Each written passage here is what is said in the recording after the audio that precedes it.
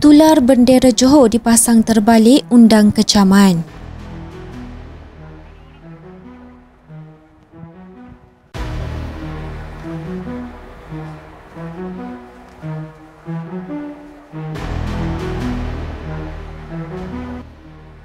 Tular video di laman sosial memaparkan bendera Johor dipasang secara terbalik didakwa berlaku di sebuah tokong di Jalan Kukup sehingga menimbulkan kemarahan orang ramai.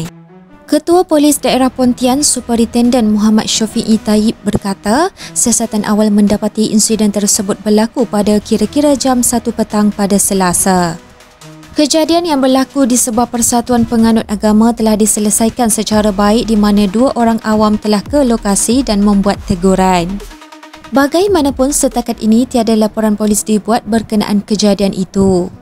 Sebelum itu, tular video berdurasi 60 saat di Facebook memaparkan seorang lelaki menegur mengenai pemasangan bendera Johor yang terbalik kepada 2 wanita yang kemudian meminta maaf kerana mendakwa tidak tahu. Tegas beliau orang ramai agar lebih peka dan mengambil tahu protokol berkaitan pemasangan bendera di negara ini.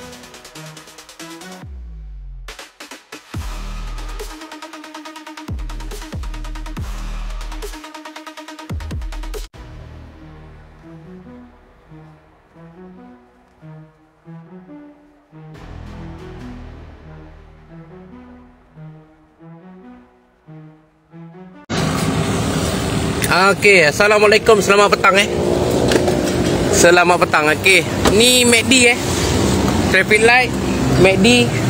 Ini jalan daripada arah Kukup. Tengok tokong ni bendera Johor dipasang terbalik. Ini agak-agak untuk apa ni?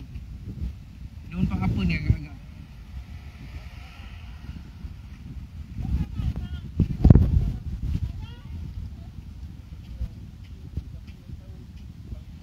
Tak ada orang cakap You bukan orang Malaysia? Bukan orang Johor? Wah, Johor. Uncle, you tengok terbalik mah. Oh, sorry lah. Wah, tak tahu. Apa terbalik? Oh.